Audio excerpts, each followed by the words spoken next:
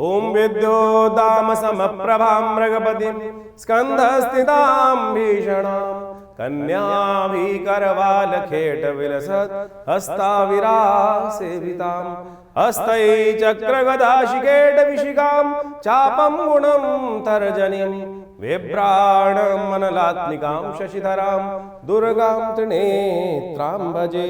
नमस्कार, स्वागत है आपका आचार्य वाणी में। मैं आचार्य डॉक्टर विक्रमादित्य आपके साथ हूँ। और मेष राशि वालों के लिए जनवरी का अंतिम काल कैसा जाएगा? मेष राशि वालों के लिए ये स्वर्णिम काल शुरू होने जा रहा है। चतुर्ग्रही योग जो आपके राज्य भाव में बना हुआ है, जिसको मंगल आपकी राशि के स्वामी बन लेके चल रहे हैं, वो बहुत जल्दी शुक्र के नक्षत्र में जाने वाले हैं। अस्त होते हुए भी कहीं ना कहीं बहुत श्रेष्ठ आपके लिए योग बनाने की स्थिति उत्पन्न करेंगे, जो चीज़ों को बड़ी अच्छे से एनर्जी देते दिखाई देंगे आपकी राशि के दृष्टिकोण से। शनि की 7.5 जरूर चल रही है, उसका यदि आप उपाय करते रहें तो आपके लिए अच्छा रहेगा। लेकिन एक बात ध्यान रख लें, शनि अब जनवरी से बहुत ताकत में आने जा रहे हैं और ऐसे में शनि को लगातार आपको मनाए रखने की ज़रूरत दिखाई देती है, क्योंकि आपकी 7.5 का योग जो प्रथम चीज़ों में चल रहा है, शायद आपको इस वक्त समझ में ना आए कि शनि का प्रभाव क्या हो रहा है। लेकिन ध्यान रखना कि इस समय में शनि एक ट्रैप का ऑर्गेनाइज करते दिखाई दे रहे हैं, यानी एक जाल बुनते दिखाई दे रहे हैं और धीरे धीरे इस वर्ष आपको उस जाल में फंसाने का प्रयास करेंगे। इसलिए भगवान की कृपा लगातार बनी रहे, उसके लिए अपने जीवन में भगवान के सानिध्य को बनाए रखने की ज़रूरत है। तो गलत लोगों से बचते हुए कार्य करने की ज़रूरत रहेगी। इसलिए ज्योतिष के अनुसार से अपने समय को सही से समझते हुए चलें तो आपके लिए अच्छा रहेगा। सिलसिलेवार तरीके से जान लीजिए ग्रह नक्षत्रों का खेल कैसा रहेगा आपके लिए। सबसे पहले बात कर लेते हैं 21 जनवरी की। तृतीया तिथि है माघ मास के शुक्ल पक्ष की। उस दिन बुधवार का योग बन रहा है और आपकी राशि में इस दिन धनयोग बनकर तैयार हो रहा है, जो आपके लिए कई मामलों में चीज़ों को पॉजिटिव करने की तरफ अग्रसित होता दिखाई दे रहा है, यानी रिजल्ट्स लाते हुए दिखाई दे रहे हैं। ग्रह आपके लिए कहीं ना कहीं थोड़ा सा रास्ता बनेगा, लाभ की तरफ खोलते दिखाई दे रहे हैं। थोड़े से प्रयास की ज़रूरत है। देखिए, इस वक्त आपकी राशि के दृष्टिकोण से जो ग्रह योग हैं वो कहीं ना कहीं पॉजिटिव बन रहे हैं बस, और गुप्त नवरात्रि भी चल रहे हैं और आपकी राशि में योग भी ऐसा बना हुआ है कि जितना आप दुर्गा जी की उपासना करेंगे उतने कल्याण के योग बनेंगे। तीसरा नवरात्र है गुप्त नवरात्रि का। गौरी जी का विशेष पूजन करें, श्रृंगार का सामान भगवती को अर्पित करें, चीज़ें अच्छी रहेंगी। रवि योग भी बना हुआ है जो आपके लिए कल्याणकारी रहेगा। गुस्सा ध्यान रखना, ज़्यादा गुस्सा ना करना, चीज़ों को बर्दाश्त करने का प्रयास करो। बात कर लेते हैं 22 तारीख की, चतुर्थी का दिन है। उस दिन बृहस्पतिवार का अवसर है और इस दिन ग्रहों के साथ साथ कुछ नक्षत्रों में परिवर्तन का जो बन रहा है, ग्रहों ने परिवर्तन किया है स्थितियों में, यानी आपके शुक्र और बुध जो है वो चंद्रमा के नक्षत्र में प्रवेश करते दिखाई दे रहे हैं। और ये चंद्रमा के नक्षत्र में प्रवेश करते हुए बुध और शुक्र जो है वो कहीं ना कहीं एक नई भूख जगाने की तरफ अग्रसित करते दिखाई दे रहे हैं। मन की चंचलता के साथ ध्यान रखने की आवश्यकता है। चीज़ें धीरे धीरे परिवर्तन की तरफ जाती हैं, बहुत तेज़ गति से नहीं। दिन अच्छा है, धीरे धीरे जो प्राप्त हो रहा है उसी से संतोष करने का प्रयास करें। भूख ज़्यादा जागती है तो कहीं ना कहीं चीज़ें होती हैं, आपको आगे बढ़ने के लिए थोड़ा सा छलांग बड़ी लगाने का प्रयास करते हैं। इस वक्त चीज़ें जो हैं वो धीरे धीरे 50% का ग्राफ ही पकड़ेंगी, इससे ज़्यादा नहीं पकड़ेंगी। इस बात का ध्यान रखना कि एकदम बहुत तेज़ गति से हम चाहते हैं कि आज ही सब कुछ हो जाए। जो मेष राशि वालों की फितरत होती है उसमें थोड़ा सा अंकुश लगाने की ज़रूरत है। अच्छा होगा कि आप भगवान गणेश का सुंदर स्तवन करें, हो सके तो गणेश जी को तिल के लड्डू अर्पित करने का प्रयास करें।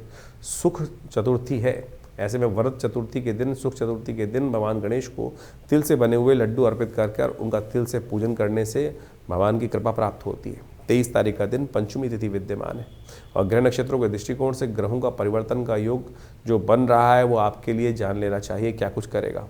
बसंत पंचमी के दिन शुक्र अस्त चल रहे हैं। सबसे पहले तो समझ लीजिए कि बहुत सारे लोग अनसूत साया मानकर बहुत सारे विवाह इत्यादि की तरफ उद्धृत हो जाते हैं। शुभ नहीं रहेगा नया कुछ भी कार्य करना इस दिन, क्योंकि शुक्र ग्रह बल में ही नहीं है। तो ऐसे में शुक्र का बल ऐश्वर्य के लिए, आनंद के लिए, सफलता के लिए बहुत ज़रूरी होता है। ग्रह नक्षत्र क्या करेंगे मेष राशि वालों के लिए वो भी जान लीजिए। दिन थोड़ा सा खर्चीला साबित होने के योग दिखाई देते हैं। अननेसेसरी के खर्चे जिम में ना पड़े, थोड़ी सी अननेसेसरी की चिंता मन मस्तिष्क को कहीं ना कहीं घिरी रहती दिखाई दे रही है। उस पर आपको थोड़ा अंकुश लगाने की ज़रूरत रहेगी। थोड़ा उस पर अंकुश लगाने का प्रयास करें, भगवती की प्रार्थना करें, ज्ञान का सहारा लेने का प्रयास करें, पीली चीज़ों का दान करने का प्रयास करें। श्री पंचमी और बसंत पंचमी दोनों एक ही दिन आती हैं। माघ मास की पंचमी को श्री पंचमी भी कहा जाता है और बसंत पंचमी भी कहा जाता है। जनमानस को बसंत पंचमी के बारे में तो पता है, श्री पंचमी का महत्व भूल गए। कोशिश करें इस महत्व को समझें, कुछ उपाय खास तौर पर बताएं, वो कर लें तो कल्याण होगा। माघ मास के शुक्ल पक्ष की पंचमी को बसंत पंचमी के रूप में तो पूरे विश्व में मनाया जाता है, लेकिन उस बसंत पंचमी के साथ साथ एक और चीज़ लिखी होती है पंचांग के अंदर, श्री पंचमी, जो हमने आपको बताया। श्री पंचमी, श्री यानी लक्ष्मी, लक्ष्मी जी की पंचमी भी इसको माना जाता है। लेकिन कालांतर में हुआ क्या है, लोग बहुत सारी बातें भूल गए। इस दिन लक्ष्मी जी का भी प्राकट्य शास्त्र में वर्णित किया गया है। शास्त्र में कहा जाता है कि जब इंद्र जो थे श्रीविहीन हो गए, इंद्र एक कथा शास्त्र में आती है और उसको समझने की आवश्यकता है कि इंद्र जब श्रीविहीन हो गए थे तो ऋषि दुर्वासा के श्राप के कारण से, तब क्या हुआ था कि महालक्ष्मी उनको त्याग कर पूरे संसार को, जब दुर्वासा जी ने श्राप दिया इंद्र को श्रीविहीन हो जाने के का, तब हुआ क्या, कालांतर में धीरे धीरे इतना ज़्यादा वर्चस्व चल रहा था त्रैलोक्य के अंदर इंद्र इत्यादि देवताओं का कि सबको श्री की भरमार थी, ऐश्वर्य की भरमार थी। धीरे धीरे उदासीनता आई और महालक्ष्मी को लगा कि उनका सम्मान ही नहीं रहा है। जितने बड़े घर होते हैं, देखिए कि लक्ष्मी का किस प्रकार से बेकदरी कई बार होने लगती है, और जब लक्ष्मी की बेकदरी होने लगती है, उनका अपमान होने लगता है, झूठे हाथों से ही सब कार्य चलने लगते हैं, अशुद्धता सब जगह व्याप्त होने लगती है, महालक्ष्मी का ध्यान नहीं रहता है। आप समझें कि इस प्रकार से झूठे हाथों से पैसे को छूना और अनेक प्रकार के गलत कार्यों में धन का उपयोग करना, लक्ष्मी साक्षात भगवती हैं और उनका उपयोग गलत कार्यों में करना शुरू कर देते हैं लोग। तो क्या होता है कि लक्ष्मी श्राप दे देती हैं, ऐसे में उदासीन हो जाती हैं, चली जाती हैं, चलायमान चंचला है लक्ष्मी। तो इस बात का ध्यान रखना चाहिए। यही हुआ देवताओं के साथ। तो कहा जाता है कि जब देवता श्रीविहीन हो गए दुर्वासा के श्राप के कारण से, तब महर्षि बृहस्पति ने उनको कहा कि भगवती महालक्ष्मी की उपासना शुरू करो। तब उन्होंने, कहा जाता है कि मार्गशीर्ष के विशेषतर महीने से माँ भगवती की, देवी भागवत के अंदर एक कथा ही है, देवी भागवत के अंदर कि मार्गशीर्ष के महीने की जो पंचमी थी, उस दिन से इंद्र ने भगवती की आराधना आरंभ करी और फिर योग ऐसा बना कि जिस प्रकार से श्री को प्राप्ति करने के लिए सागर मंथन हुआ। और कहा जाता है कई जगह कथाओं के अनुसार से इस श्री पंचमी के दिन माँ भगवती का प्राकट्य वर्णित किया गया है। बसंत पंचमी के दिन श्री पंचमी इसलिए लिखी गई, तो देवी पुराण के अंदर इस कथा को शास्त्र बताया गया है। तो ये भगवती की जयंती भी है। तो माँ भगवती सरस्वती और माँ लक्ष्मी दोनों की जयंती मानी गई है। तो इस दिन विशेष तौर पर महालक्ष्मी को प्रसन्न करने के लिए महालक्ष्मी का यज्ञ विशेष तौर पर किया जाना चाहिए।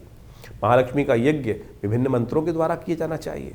तो उसमें क्या है कि सबसे श्रेष्ठ मंत्र है ओम, वैसे तो श्री सूक्त है, भगवती महालक्ष्मी का जो श्री सूक्त है, जिसको लक्ष्मी सूक्त के रूप में जाना जाता है, जो ऋग्वेद के अंदर आई 16 ऋचाएँ हैं, उनके द्वारा भगवती का स्तवन जो महर्षि भृगु के द्वारा बनाई गई हैं, तो वो बड़ी चमत्कारी है। तो ऐसे में उनका यदि उपयोग किया जाए तो कहा जाता है कि महाभगवती की कृपा अवश्य हो जाती है। और इस दिन तो उनके प्राकट्य के समय में अवश्य उनका ध्यान करना चाहिए। ओम भगवती का जो बीज है वो है ओम ह्रीं, ह के पैर में र, बड़ी की मात्रा, ओम ह्रीं महालक्ष्मी नमः, इस मंत्र का भी जप कर सकते हैं। या भगवती का अद्भुत मंत्र है जिनको कहा जाता है श्री सूक्त। ओम हिरण्यवर्णां हरणीं सुवर्ण रजत्सृजां चंद्रां हिरण्मयीं लक्ष्मीं जातवेदो माव ताम आव जातवेदो लक्ष्मी मनभगामिनीं यस्यां हिरण्यं विन्देयं गामश्वं पुरुषानहम् अश्वपूर्वाम। तो इस प्रकार से 16 मंत्र भगवती के हैं। और यदि इस दिन बसंत पंचमी के दिन आप श्रद्धा के साथ घी के द्वारा, कमल के गट्टों के, कमल के जो बीज कमल गट्टे होते हैं उनके द्वारा, मखानों के द्वारा, या विशेष तौर पर आप माने चंदन की और बिल्व की औषधि के द्वारा, बिल्व के फल के जो विशेष तौर पर उसका अंदर का जो गिरी है उसको कूट कर उसके द्वारा उस जो पाउडर बन जाएगा उसके द्वारा यदि माँ भगवती का यज्ञ किया जाए तो कहा जाता है महालक्ष्मी की प्रसन्नता का अद्भुत योग बनता है। तो ऐसे में इस शुभ दिवस पर आपको अवश्य महालक्ष्मी का स्तवन भी करना चाहिए। भगवती महासरस्वती जी का भी स्तवन इस दिन शास्त्र में कहा गया है। तो आप अवश्य माँ भगवती जो दुर्गा सप्तशती के 5वें अध्याय में भी, उन तीनों में कोई भेद नहीं है। महालक्ष्मी, महासरस्वती, महाकाली तीनों एक ही स्वरूप से है। ये तो आदि रूप में कई लोगों ने उनको अलग अलग स्वरूप में विभक्त कर दिया है, लेकिन है एक ही स्वरूप। माँ भगवती दुर्गा का ही इन तीनों में स्वरूप एक ही रूप से कहा गया है। तो जो भी मंत्र आप पढ़ते हैं, सर्वमंगल मांगल्ये शिवे सर्वार्थ साधिके शरण्ये त्र्यंबके गौरी नारायणी नमोस्तुते, और दुर्गा सप्तशती इसका प्रत्यक्ष उदाहरण है कि कैसे माँ भगवती का प्रादुर्भाव हुआ है, किनसे हुआ है, कैसे हुआ है। तो ये सारा का सारा वर्णन शास्त्र में बताया गया है। तो आप इस भेद में ना फंसे। तो शास्त्र में जो बताया गया है कि बसंत पंचमी और श्री पंचमी एक ही त्यौहार है, एक ही दिन किया जाता है, तो इसमें अज्ञानता से कई बार लोग तथाकथित तौर पर भेद उत्पन्न करने का प्रयास कर लेते हैं।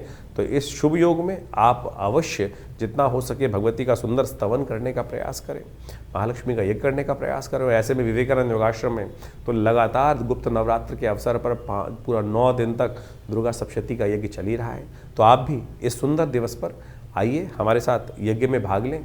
अपने नाम से महालक्ष्मी का यज्ञ कराने चाहते हैं तो आप हमारे फ़ोन से संपर्क साध कर हमारे साथ जुड़ सकते हैं। मेष राशि वालों के लिए 24 तारीख के दिन ग्रह गणना के अनुसार से जो परिवर्तन का योग है वो बहुत ही अच्छा बनता दिखाई दे रहा है। बस थोड़ा सा ज्ञान को साथ लेके चलने की ज़रूरत है। अज्ञानता में कार्य करने से नुकसान होने के योग बन सकते हैं। चीज़ों को समझ के कार्य करोगे तो अच्छा रहेगा। यानी इस वक्त आपके राशि के दृष्टिकोण से, ग्रहों के दृष्टिकोण से जो योग है कि छलांग लगाने का नहीं है। धीरे धीरे रे मना धीरे सब कुछ होए, माली सींचे 100 घड़ा खुशहाली तब हो। इस बात को समझ के कार्य करना है। बहुत तेज़ गति से आगे चलने की ज़रूरत नहीं है। पैर जमा कर चलने का प्रयास करें। फिसलन है ग्रह नक्षत्रों के दृष्टिकोण से जो कहीं ना कहीं थोड़ा सा कष्ट दे सकती है, तो इस बात का ध्यान रखते हुए कार्य करें। मंदार षष्ठी है, माघ मास की षष्ठी को मंदार षष्ठी कहा जाता है। 7.5 चल रही है, उसको ठीक करने का एक दिव्य उपाय बताएं आपको, तो नोट कर लीजिए। शास्त्र में भविष्योत्तर पुराण के अंदर एक उपाय बताया गया है कि आग के पत्तों को जितनी आपकी आयु हो उतने पत्ते लेकर एक एक कर ओम नमः शिवाय का जप करते हुए काले रंग के शिवलिंग में तेल के साथ अर्पित कर लेने से क्या होता है कि शनि के बहुत सारे दोष दूर हो जाते हैं। तो इस शनिवार के दिन ये उपाय अवश्य करने का प्रयास कीजिए, क्योंकि आपकी 7.5 चल रही है। भगवान शंकर की कृपा से कष्ट दूर होने के योग बनेंगे। तिल के तेल का उपयोग करने का प्रयास कीजिए, समस्त उपाय में कल्याण होगा। 25 तारीख का दिन रविवार का अवसर है, सप्तमी तिथि विद्यमान है और ग्रहों का परिवर्तन का योग जो बन रहा है वो आप समझ लें। सुबह थोड़ी हल्की ज़रूर दिखाई देती है, लेकिन दोपहर आते आते चीज़ें परिवर्तन की तरफ जाएंगी। जो थोड़ा सा संकोच था वो त्यागेंगे तो बहुत अच्छे से शक्ति संपन्न होकर कार्य करने की नई एनर्जी आपको प्राप्त होने के योग बन जाएंगे। ऐसे ग्रह योग बनते दिखाई दे रहे हैं। इस दिन रवि योग भी विद्यमान है जो दोपहर तक रहेगा। नए कार्यों को संकोच त्याग के करने की तरफ अग्रसित होइए। कई बार क्या होता है कि दूध का चला छाछ भी फूक फूक के पीता है, लेकिन अब समय आपके लिए अनुकूल बन रहा है। चीज़ें चिंता ना करें, आगे बढ़ने का प्रयास करें। सूर्य ने परिवर्तन की तरफ जो राह पकड़ी है वो बहुत श्रेष्ठ आपके लिए बनती दिखाई दे रही है, लेकिन घर परिवार में थोड़ी शांति बनाए रखने की बहुत ज़रूरत है। छोटी छोटी बातों में एग्रेसिव ना हो, इस बात का ध्यान रखें। इस दिन सूर्य का जन्म दिवस है। कोशिश करें भगवान सूर्य की सुंदर आराधना करने का प्रयास करें। रविवार और सूर्य का जन्म दिवस भानु सप्तमी जो है वो एक ही दिन पड़ रही है। बड़ा श्रेष्ठ योग बन रहा है। भानु सप्तमी एक ऐसी तिथि है जिसको शायद लोग भूल चुके हैं। यानी भानु सप्तमी यानी सूर्य का जन्मदिन।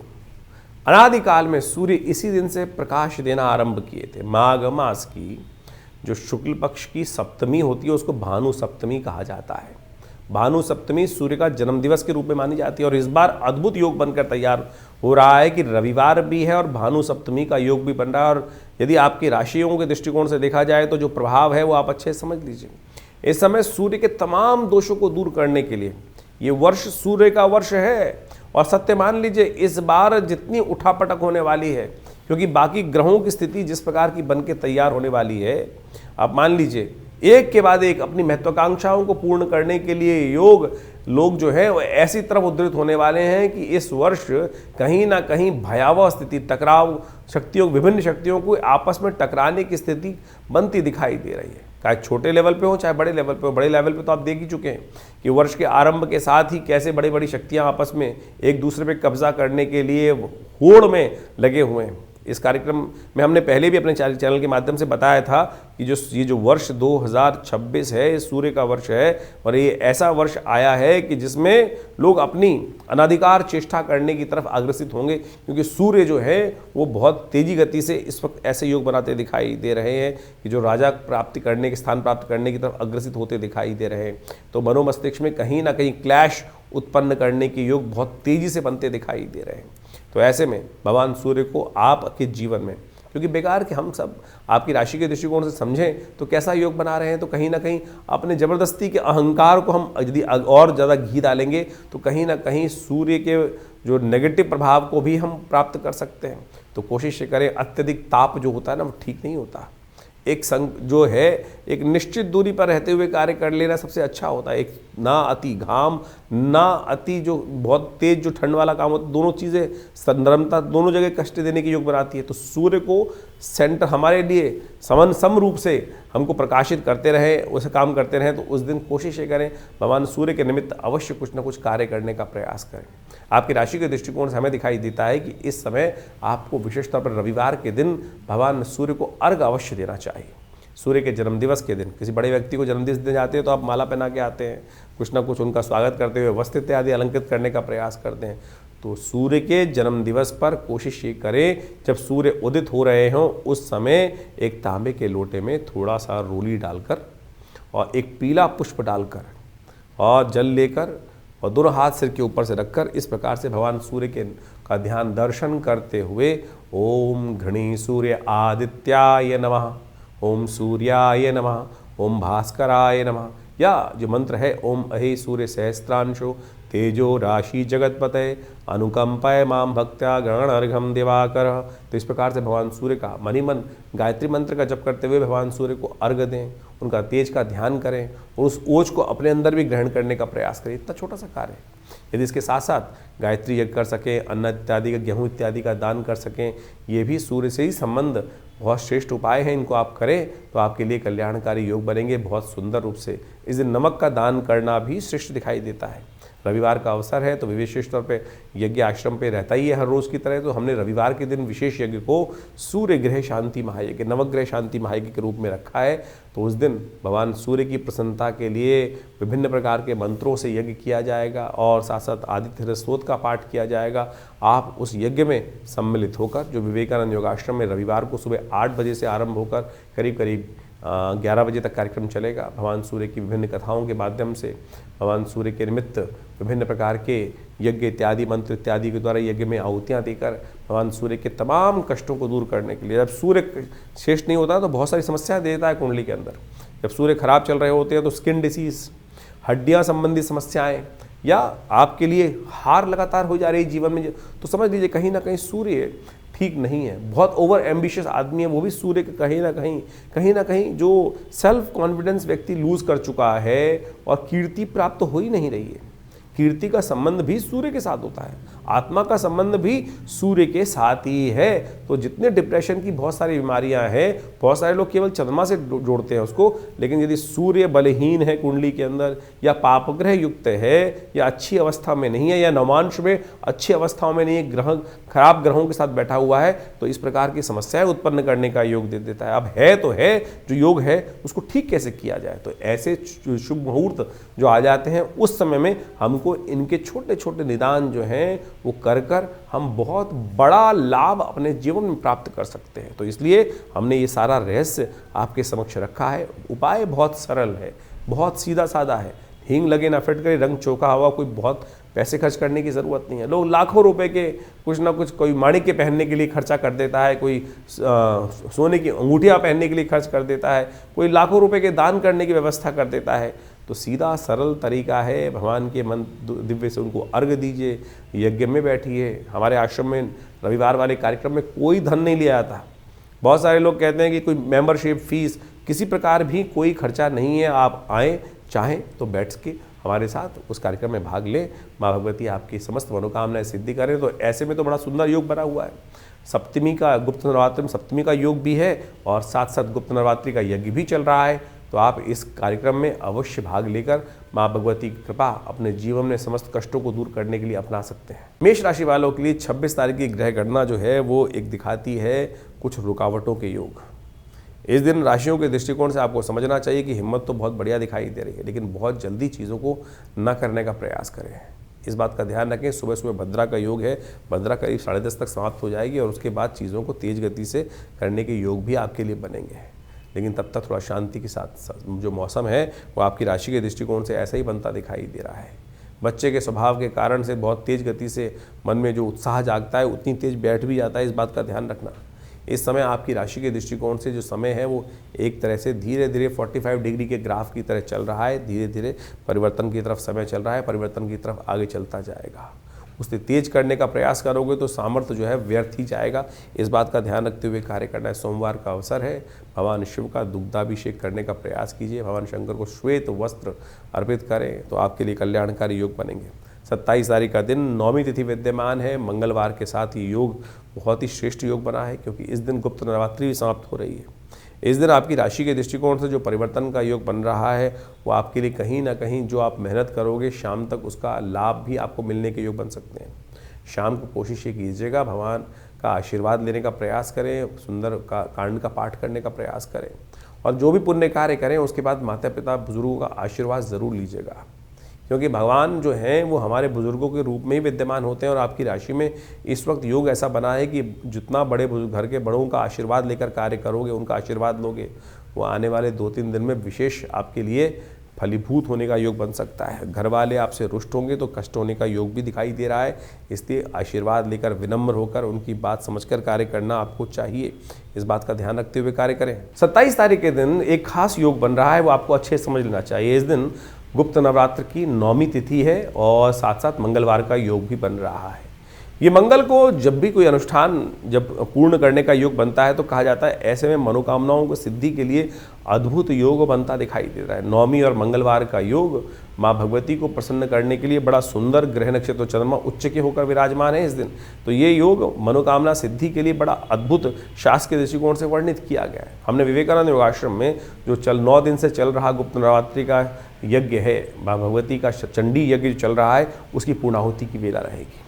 और साथ साथ मंगलवार का सुंदर कांड का पाठ रखने का भी हमने सुंदर कार्यक्रम रखा है।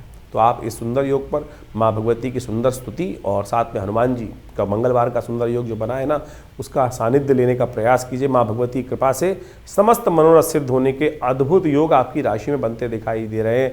ध्यान रखिएगा, ये योग बहुत ही चमत्कारी है, बहुत ही मनोकामनाओं को सिद्ध पूर्ण करने वाला है। हमने 9 दिन तक जिस प्रकार से माँ भगवती की सुंदर आराधना करने का योग बनाया है, जो भगवती के विभिन्न यज्ञ 9 दिन तक सप्तशती के यज्ञ चले हैं, उसके साथ साथ अंतिम में भंडारा और साथ साथ माँ भगवती की सुंदर आरती और सुंदरकांड मंगलवार पढ़ने के कारण से जो हमारा रेगुलर सुंदरकांड चलता है शाम के समय, उसका एक भव्य कार्यक्रम विवेकानंद योगाश्रम में रखा गया है। आप सब सादर आमंत्रित हैं। इसी अवसर पर, 9वीं के अवसर पर कहा जाता है कि जो भगवती का दर्शन 9वीं के दिन करते हैं, और ये दुर्गा सप्तशती के अंदर स्वयं एक जो 12वां अध्याय है वहाँ वर्णित है, माँ भगवती दुर्गा उनकी मनोकामना सिद्ध कर देती हैं पूर्णता। और उसमें मंत्र आया है, सर्वा बाधा विनिर्मुक्तो धनधान्य सुतान्विता मनुष्यो मत प्रसादेन भविष्यति न संशय, कि ऐसे में कोई संशय नहीं है। तो आप सब सादर आमंत्रित हैं इस जो पूर्णाहुति का यज्ञ है इसमें भाग लेने के लिए। तो ये करीब करीब शाम के 5 बजे से कार्यक्रम आरंभ होकर जो करीब करीब रात्रि में 10 बजे तक चलेगा। आप सब सादर आमंत्रित हैं विवेकानंद योगाश्रम में इस नवरात्रि के साथ साथ सुंदरकांड के पाठ में। माँ भगवती आपकी मनोरथ सिद्ध अवश्य करेंगी। मेष राशि वालों के लिए 28 तारीख के दिन ग्रह गणना क्या कह रही है समझ लीजिए। 10वीं तिथि विद्यमान है और इस दिन ग्रह नक्षत्रों के दृष्टिकोण से चंद्रमा जो हैं वो उच्च के हो गए हैं। और आपकी राशि में चंद्रमा उच्च के होने का मतलब होता है सही चीज़ें सही समय पर आपके साथ घटित होने के योग बनेंगे। जो आपको केवल शांत भाव से बैठकर चीज़ों को स्थिरता से देखकर समझकर पदार्पण करने की ज़रूरत है। जो आप यदि समझ के कार्य करोगे, मन को शांत करके कार्य करोगे, तो विजय आपके लिए बहुत बढ़िया तरीके से प्राप्त करने के योग बनते दिखाई देंगे। इस दिन एक विशेष परिवर्तन का योग चल रहा है। मंगल अस्त अवस्था में है, उच्च के हैं, लेकिन जो है मंगल परिवर्तन की तरफ जा रहे हैं। चंद्रमा के नक्षत्र में मंगल प्रवेश करते दिखाई दे रहे हैं। चंद्रमा उच्च के होकर बैठे हुए हैं। तो ये जो परिवर्तन है आपके लिए बहुत पॉजिटिव दिखाई दे रहा है। हिम्मत अच्छी रहेगी। मंगल की पूर्ण दृष्टि आपके राशि पर पड़ रही है, वो आपके लिए बड़ा श्रेष्ठ योग बना रही है। सामर्थ्य बल बढ़ने के अच्छे योग बनते दिखाई दे रहे हैं। भगवान गणेश का सुंदर स्तवन करके उनका पूजन करें। स्वास्थ्य के मामले में थोड़ा ध्यान रखते हुए कार्य करने की ज़रूरत है। अननेसेसरी ब्लड प्रेशर बढ़ाने की ज़रूरत नहीं है। जब चीज़ें आशीर्वाद से बन रही हैं, सरलता से बन रही हैं, तो ज़बरदस्ती उसमें क्यों आग लगाने की ज़रूरत है। बनेगा, शांति से देखो तो सही, चीज़ें आपके पॉजिटिव होने की तरफ जाती दिखाई दे रही हैं। 29 तारीख का दिन बहुत ही विशेष है आपकी राशि के दृष्टिकोण से। कीर्ति योग, यश योग, लक्ष्मी योग आपकी राशि में बनकर तैयार हो रहा है। बृहस्पतिवार के दिन जिस प्रकार का योग एकादशी के साथ बनकर आया है, ये आपकी राशि में जो योग बना रहा है वो बहुत ही श्रेष्ठ है। ऐसे में जितने विनम्र उतना लाभ, जितने माँ या भगवान की इच्छा पे सब काम छोड़ के देखो तो सही। माँ भगवती का केवल मंत्र स्तवन करके सर्वमंगल मांगल्ये शिवे सर्वार्थ साधिके शरण्ये त्र्यंबके गौरी नारायणी नमोस्तुते मंत्र जप तो करो। भगवान विष्णु और भगवती महालक्ष्मी का दोनों का पूजन कर कर कोई भी कार्य कर लेना, सफलता उसमें अग्रसित होने की तरफ शुभ रूप से अच्छे बनने के योग बनते दिखाई देंगे आपको। इस दिन भगवान विष्णु का सुंदर स्तवन, उनका चरणामृत ग्रहण करना आपके लिए बड़ा कल्याणकारी योग बनकर तैयार कराएगा। 30 तारीख का दिन आपकी द्वादशी तिथि आपके लिए राशि के दृष्टिकोण से विद्यमान जो है वो ग्रहों योग के दृष्टिकोण से आपके लिए कीर्ति का योग बनाकर तैयार कर रही है। ऐसे में आपकी राशि के दृष्टिकोण से आप समझ लें ग्रहों का योग कैसा है। आपके लिए जो चीज़ें अनुकूल, लोगों के लिए अनुकूल नहीं है, आपके लिए अनुकूल है। आपकी राशि के दृष्टिकोण से ऐसा योग बन रहा है कि दूर दूर के कहीं मिलने वाले लोग कहीं ना कहीं उड़ते फुड़ते आपके साथ जुड़ते हुए दिखाई देंगे और जुड़ने को ललायित रहेंगे। बस आप थोड़ा शांत रह के काम करें, अपने गुस्से को थोड़ा कंट्रोल रखते हुए कार्य करने का प्रयास करें। तेल देखें, तेल की धार देखें, चीज़ें परिवर्तन की तरफ अग्रसित होती दिखाई दे रही है। शुक्रवार और त्रयोदशी का योग है, इस दिन प्रदोष का योग बन गया है। द्वादशी सुबह है, शाम तक त्रयोदशी आने के कारण से शुक्र प्रदोष का योग बना है, जो बहुत बढ़िया महालक्ष्मी का कृपा प्राप्त कराने के योग बना रहा है। ऐसे में सुगंधित तैल से भगवान का अभिषेक करने से कहा जाता है कि पूर्व समय में जो कहीं ना कहीं कुछ कष्ट भी हुए हैं, कुछ गलत कर्म हो गए हैं, उन सब को क्षय करके भगवान शंकर का आशीर्वाद मिल जाता है और फिर सुंदर रूप से लक्ष्मी का आशीर्वाद भी प्राप्त करने के योग बन जाते हैं। तो ऐसे में भगवान का ध्यान करिए, कल्याणकारी योग बनेंगे। शुक्र इस दिन उदय होने जा रहे हैं और ये शुक्र का उदय होना आपके पर्सनल रिलेशनशिप्स में एक नई जान लाने के योग बनाएगा। जो पर्सनल निजी संबंध हैं वो भी कहीं ना कहीं आपको आनंद देने की तरफ जाते दिखाई दे रहे हैं। जो मरे हुए संबंध हैं उनमें एक नई जान आते के योग फिर दोबारा से बनते दिखाई देंगे। ऐसा योग आपकी राशि में बन रहा है। नए कार्य करने के लिए शुक्र के उदय होने के साथ नई शक्ति प्राप्त होने के योग भी बनते दिखाई देंगे। 31 तारीख के दिन त्रयोदशी का योग बन रहा है और साथ साथ शनिवार का योग बन रहा है। इस दिन शुक्र महाराज मंगल के नक्षत्र में प्रवेश करने की तरफ जा रहे हैं। अब ग्रह धीरे धीरे पॉजिटिविटी को पूरी प्राप्त करते दिखाई दे रहे हैं। नई सामर्थ्य के साथ चीज़ों को करने का समय आ गया है, तो इसलिए आगे बढ़ते हुए पूरी तरह से चीज़ों को पकड़ने की ज़रूरत है। बहुत देर से बैठने की ज़रूरत नहीं है, चीज़ों को आगे बढ़कर चलने की तरफ चले। चीज़ें आपके जो है कंट्रोल में आने की तरफ अग्रसित हो रही हैं। तो इस प्रकार से आपने ग्रहों का योगा योग समझा। ग्रहों के योगा योग के कारण से ही जीवन में घटनाओं का जो आगे सृजन होता है वो वास्तविक तौर पे समझा जा सकता है। ग्रहों का योगा योग कब हमारे लिए शुभ है, कब हमारे लिए अशुभ है, ये ज्योतिष की काल गणना बहुत प्रत्यक्ष रूप से समझा सकती है। आने वाला समय किस करवट बैठने वाला है, हमारे साथ क्या कुछ होने के योग हैं और कब हम अपने जीवन के योगा योगों को अपने लिए शुभ उपयोग कर सकते हैं, इसको इस प्रकार समझें। बहुत सारे लोग कहते हैं कि नहीं ऐसा कुछ नहीं हो सकता है। बिल्कुल, आप तो हर रोज़ इसी प्रकार का कार्य करते हैं। आपके अनुभव से आपको पता है कि कब सर्दी आने वाली है, कब गर्मी आने वाली है, कब बरसात होने के योग हैं। तो आप अपने आप को उससे पहले तैयार कर लेते हैं। सर्दी से पहले गर्म कपड़े खरीद लेते हैं और गर्मी आने से पहले उसके अनुसार से अपने घर में व्यवस्था कर लेते हैं, जिससे आपके लिए क्या होता है कि वातावरण के अनुसार से अपने आप को व्यवस्थित करने का मार्ग बन जाता है। ये आपका अनुभव है।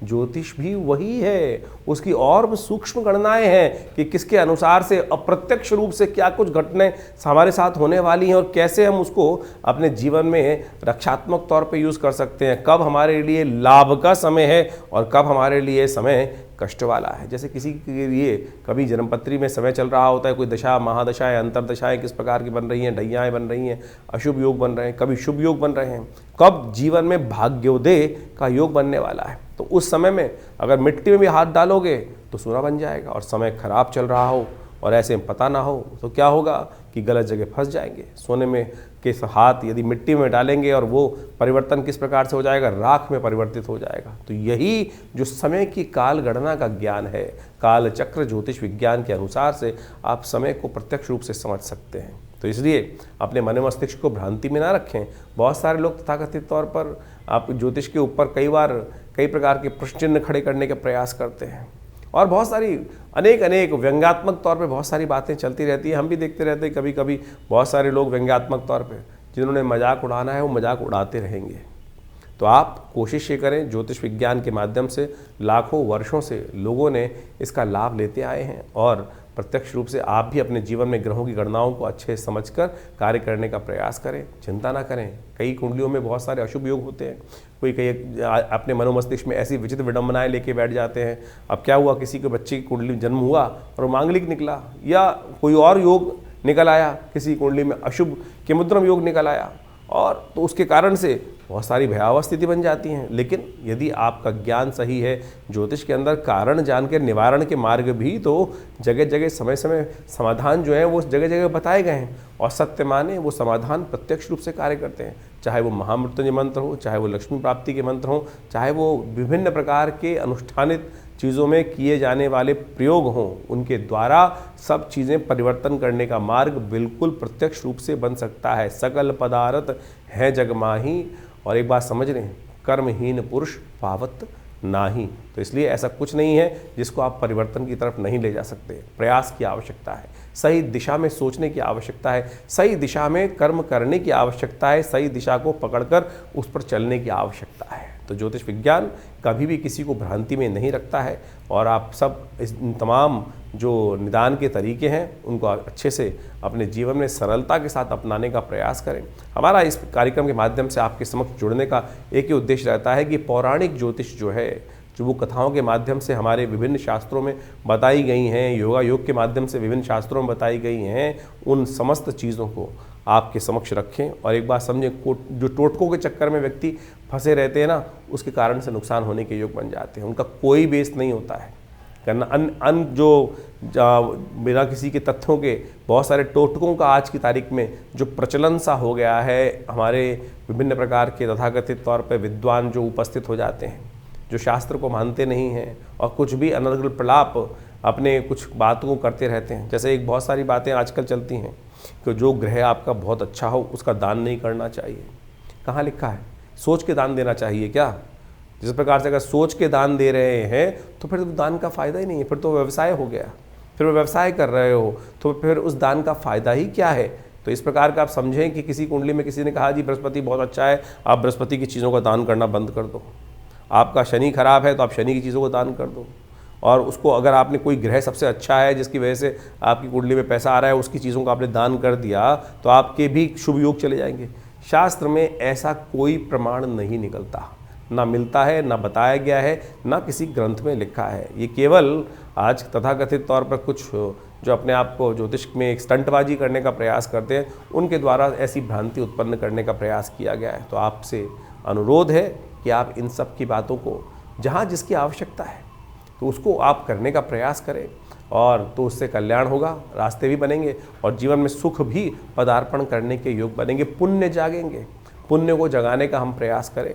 तो इसलिए जो जो हमारे शास्त्र के दृष्टिकोण से जो पुण्य पर्व आ रहे हैं, जैसे आपके समक्ष हम हमें समय बताते रहते हैं पंचांग के माध्यम से कि ये पुण्य पर्व है, इसके दिन इस दिन ये कार्य किया जाए तो बहुत सारे कष्ट निवारण का योग बन जाता है। तो वो अवश्य, और उसके लिए जो टेस्टिमनीज़ हैं वो हमारे पुरानी कथाओं के माध्यम से शास्त्रों में, विभिन्न पुराणों में और विभिन्न ग्रंथों में टेस्टिमनीज़ के तौर पे कथा के माध्यम से बताई गई हैं। चाहे वो सत्यनारायण कथा ही बताई गई है। बहुत सारे लोग तो सत्यनारायण कथा को बड़े व्यंग्यात्मक तौर पे करते हैं कि वैसा हो गया वैसा हो गया। अरे वो टेस्टिमनी है, घटी तो उसके लिए उसको लिखित किया गया। ऐसे जीवन में घटना घटी कि एक नाम के स्मरण मात्र से, तो उसको आप व्यंग्यात्मक तौर पे लें। जब आपके साथ घटेगी तब आप प्रत्यक्ष रूप से समझेंगे, तब जाकर आपको पता चलेगा। एक से एक असंभव से असंभव बात होने वाली प्रकृति में घटनाएं घटती हैं और उसको लिखित किया गया है, शास्त्र में बताया गया है। तो इसको आप व्यंग्यात्मक तौर पे जो लोग समझने का प्रयास नहीं करते हैं, व्यंग उड़ाने का प्रयास करते हैं, वो उनकी मूर्खता है। तो हमारा आपसे अनुरोध है कि आप जो भी प्रश्न जानना चाहें चिंता ना करें, चाहे आपके मन में कैसी भी शंका हो, हमारे इस जो सोशल मीडिया अकाउंट है हमारा जो चैनल का है उसमें आप जाके लिख सकते हैं। हम आपको उनके प्रश्नों का निदान भी कोशिश करेंगे, प्रयास करेंगे। लेकिन बहुत सारे प्रश्न आते हैं तो उनके लिए बहुत सारी दिक्कत हो जाती है। तो हमने रविवार का दिन विवेकानंद योगाश्रम में रखा हुआ है। उस दिन फ्री कंसल्टेशन है, ओपन सेशन है। रविवार को सुबह 8 बजे से यज्ञ शुरू होता है और उस वक्त वहाँ पर बहुत यज्ञ इत्यादि, बहुत रामचरितमानस का स्वाध्याय और फिर एक जन प्रश्न का भी कार्यक्रम रहता है। जो भी आपके प्रश्न हो आश्रम में आकर हमसे जान सकते हैं। दिल्ली में विवेकानंद योगाश्रम लक्ष्मी नगर में स्थित है और आप सबको हम सादर आमंत्रित करते हैं। माँ भगवती का दर्शन करें। दिव्य प्रतिमा माँ भगवती की विद्यमान है और जो मन में जीवन में आकांक्षाएं हों, कष्ट हों, उनको दूर करने के लिए आप माँ भगवती के सानिध्य में यज्ञ करें। अभी तो जैसे इंद्र नवरात्र का सुंदर पर्व चल रहा है, तो आप उन सब में आकर भगवती के सानिध्य में यज्ञ में बैठ सकते हैं, मनोकामना सिद्धि के लिए प्रयोग कर सकते हैं। हमने देखा है कि जो भी लोग उस यज्ञ में आके बैठते हैं, माँ भगवती की कृपा से उनके कष्ट अद्भुत प्रकार से दूर होते हैं।